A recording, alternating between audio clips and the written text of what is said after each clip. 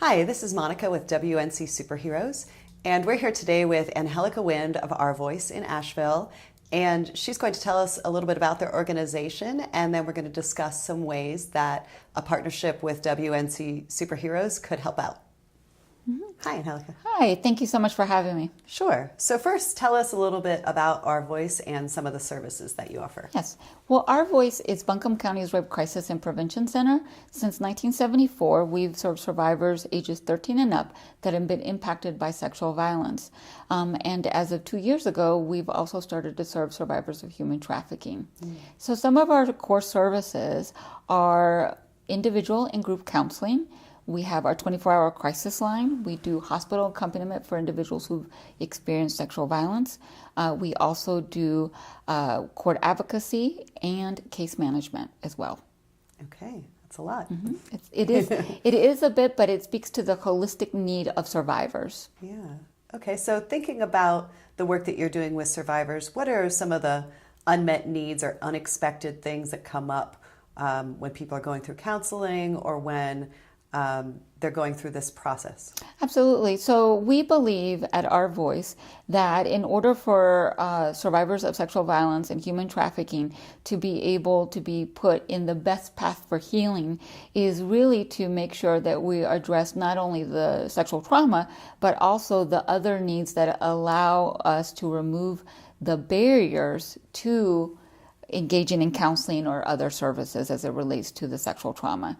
And so what that could look like is we have a survivor who, due to a sexual assault, has missed work and lost their job and are at risk of being at risk of losing their place to stay. And so what we would do is be able to help provide them with a rent that would allow them to stay in their home and focus only on healing. But it really is very individualistic. There is no need that what we see is there's no need that's too unusual because it is individualistic in terms of what a survivor experiences. And so part of it can look like temporary housing at a hotel until we're able to move that survivor to a longer transitional housing, or it can look like a survivor who needs a little bit of funding to have their pet be housed until they're able to move to a different place. Or it can look like a survivor who wants to purchase a small security system because the perpetrator has gotten out on bond. It really varies from person to person. Okay, so thinking about the mission of WNC Superheroes to reach out to the community and bring together small donations in order to help take care of these urgent needs, what are some ways that you think we could help?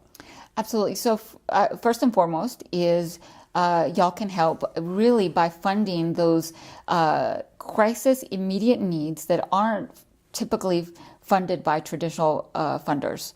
And that is key. The other piece is because it is a local effort and it's an immediate effort, is that we're able to respond in a much more effective way versus having to submit a grant application or a grant request and having to have that time lag.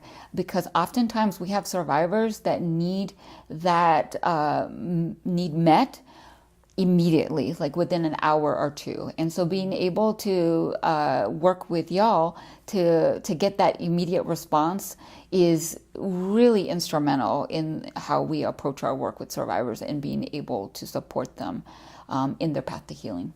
Yeah.